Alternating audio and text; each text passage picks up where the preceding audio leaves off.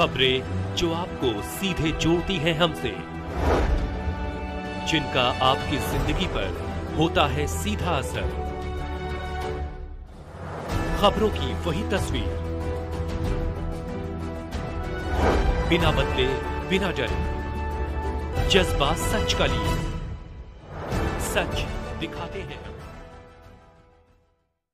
जाप सुप्रीमो पप्पू यादव के नेतृत्व में डालमिया नगर बंद में उमड़ी हजारों की भीड़। झंडा चौक से निकला आक्रोश मार्च, कर्मचारी क्वार्टर को बचाने के लिए दिया सहयोग का आश्वासन।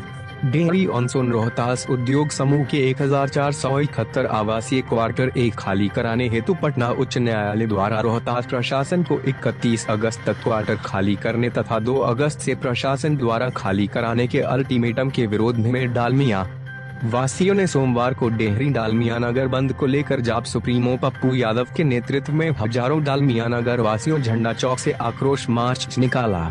आक्रोशित लोगों ने उच्च न्यायालय के आदेश को उच्चतम न्यायालय एवं राष्ट्रपति से खारिज करने की मांग कर रहे थे। क्वार्टर बचाओ अभियान के तहत शहर की सभी दुकान सुबह से ही बंद थी। झंडा चौक मैदान में विशाल जनसभा को संबोधित करते हुए जाप सुप्रीमो पप्पू यादव ने कहा कि प्रशासन द्वारा क्वार्टर खाली करने की घोषणा के बाद लोगों की नींद हराम हो गई है। यहाँ के मजदूरों ने खून पसीने से रोहतास इंडस्ट्रीज की स्थापना की थी। आज इन मजदूरों को बेघर किया जा रहा है। सुप्रीम कोर्ट में बड़ा वकील खड़ा कर मजदूरों का आशियाना बचाएंगे। जनवरी अधिकार पार्टी का एक कार्यकर्ता इस लड़ाई के लिए कमर कस चुका है। शहर के व्यवसायियों ने अपना समर्थन देकर दुकान बंद रखी। बंद एवं प्रदर्शन को देखते हुए कई थाने के थानाध्यक्ष, इंस्पेक्टर एवं पुलिस कर्मी की तैनाती की गई थी। झंडा मैदान से एकता चौक होते हुए स्टेशन रोड, पाली रोड, कर्पूरी चौक होते हुए अंबेडकर चौक तक जमकर प्रदर्शन किया गया। मौके पर पूर्व विधायक रामचंद्र सिंह यादव, लाल साहब सिंह, पारसनाथ दुबे, आलोक सिंघानिया, समीर दुबे, ललित सिन्हा, समीर दुबे, मनीष शरण, चंदन तिवारी, पिंटू सिंह, रंजीत पांडे, मनोज सिंह, शिव गांधी, आकाश कुमार सहित हजारों की संख्या में महिला पुरुष शामिल थे। डालमिया नगर बंद को लेकर जाप सुप्रीमो पप्पू यादव ने प्रेस वार्ता के दौरान क्या कुछ कहा, हम डालमिया नगर से उनकी जुबानी आपको सुनाते हैं। कि उस पूरे के पूरे 1500-1600 जो क्वार्टर है, जिसका आप पूरी समझ लीजिए कि कितना संख्या होती है और कितने लोग, एक बाजार बसा हुआ है उस पर, उसको यदि हम उजाड़ देंगे तो डेहरी का जो चमन है वो तो बिखर जाएगा। मेरा सॉल्यूशन ये है कि हम लोग तो जो भी कार्रवाई होती है कर ही रहे हैं। हम सरकार से मांग करना चाहेंगे कि इसमें सरकार को इंटरफेरेंस करना चाहिए और सुप्रीम कोर्ट के आदेश आने तक पदाधिकारी को संयम दिखाना चाहिए, क्योंकि हम सुप्रीम कोर्ट में गए हुए हैं। तो हम चाहेंगे कि पदाधिकारी महोदय इस चीज़ों में उतावलापन ना दिखाएं, संयम इसको दिखाएं। दूसरी चीज़ जो सबसे बड़ी बात है कि डेहरी में जब एक तो जमीन नहीं है कहीं पर, जब डेहरी में हमारे पास इतनी बड़ी जमीन है तो आधी जमीन पहले ही माफिया विभिन्न लोगों के हाथ आपने गिरवी रख दिया, बेच दिया, आप माफियाओं को दे दिया। छोटे छोटे माफियाओं को आप एकदम समझिए कि पौने दाम में आपने सब कुछ बेच दी। तो डेहरी की जिंदगी तो आपने माफियाओं के हाथ में दे दिया। तो निश्चित रूप से मैं समझता हूँ, अच्छा, यहाँ के नेताओं की भूमिका डेहरी के पक्ष में क्यों नहीं है? नेता यहाँ के सांसद, एमपी, मंत्री, संतरी डेहरी को लेकर के, जिस डेहरी से औद्योगिक नगरी, जिसको एशिया में मैं समझता हूँ कि डेहरी का नाम एशिया में सबसे ऊंचा था। बिहार में डेहरी से हमको गर्व होता था और सासाराम की पहचान डेहरी से थी। और डेहरी रेलवे स्टेशन दुनिया जानती है, सासाराम नहीं जानता है। दुनिया की सारी एक्सप्रेस डेहरी में रुकती है और डेहरी के जिंदगी को खत्म करने में लोग लगे हुए हैं। तो हम डेहरी की जनता से अपील करेंगे कि इसमें आप सब लोग सहयोग करिए और सर्वोच्च न्यायालय के आदेश आने तक आप हमको मोहलत दीजिए। इस बीच में सरकार से भी हम मिलेंगे, अपनी बात रखेंगे।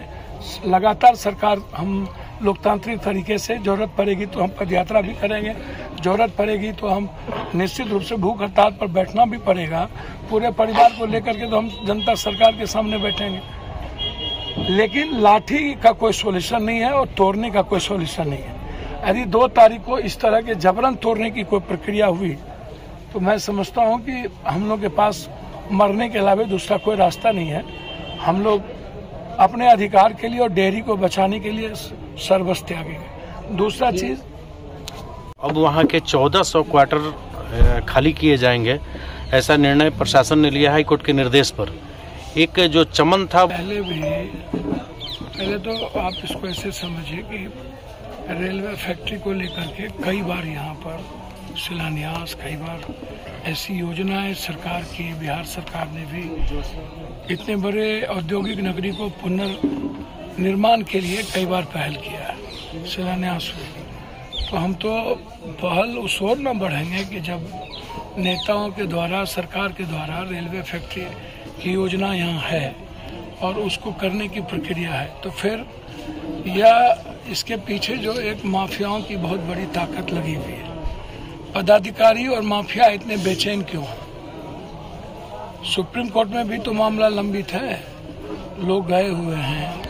दूसरी चीज, उसी ऑर्डर में कई सारी चीजें हैं ट्रिब्यूनल कोर्ट में ऑर्डर में कि आप सैकड़ों वर्षों के आपने उनको कोई तनख्वाह नहीं दी है, अलाउंस नहीं दिया है, उनकी पूरी जिंदगी जिसने अपनी दौड़ पे लगाया, आपने उसको उस एवज में मेहनतनामा लिया, लेकिन आपने उसको कोई भी जो सीआरपीसी के तहत लॉ है एक पदाधिकारी कर्मचारी को मिलने का, उसमें आपने उसको कहीं भी आप रास्ते नहीं दिखाए।